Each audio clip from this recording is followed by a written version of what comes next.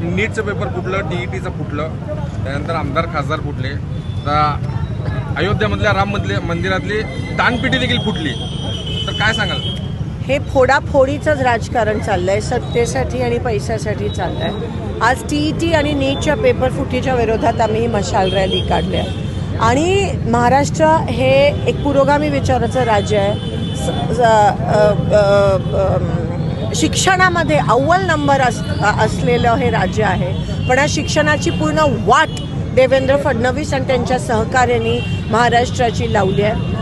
नीट देखील पेपर फुटी ही कोणत्याही मंत्र्याच्या सहमतीशिवाय शक्य नाही आहे. नीटचे जे अरेस्ट होत आहेत ते लोक 100% दोषी आहेत, पण ह्याचा सूत्रधार जो आहे तो मंत्रालयात आणि वर दिल्लीमध्ये बसला आहे. ते मात्र अजूनही मोकळे फिरत आहेत. एकही राजीनामा नाही, खंत व्यक्त केली जात नाही आहे. उलट मोदीजी जाऊन कासवासोबत परराज्यामध्ये आहेत. पण आपल्या राज्यामध्ये जी परिस्थिती उद्भवत आहे, विद्यार्थी आत्महत्या करतायत या ठिकाणी.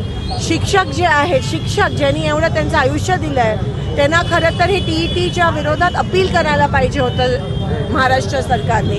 ते न करता त्यांना परीक्षा द्यायला लावली, तो पेपर परीक्षेचा अभ्यास करायला लावला, तो पेपर फोडला आणि आज त्यांना आणि ती परीक्षा रद्द झाली आहे. म्हणजे तुम्ही विचार करू शकता की शिक्षणामध्ये पण आता एवढं राजकारण होत आहे. शिक्षणाची वाट लावली आहे. युवकांच्या आयुष्याशी खेळण्याचं काम हे सरकार करत आहे. लक्ष नाही आहे. फक्त खासदार, आमदार, नगरसेवक कसे फोडायचे, पैशाचा वापर सत्तेसाठी कसा करायचा, ह्या गोष्टीकडेच लक्ष आहे.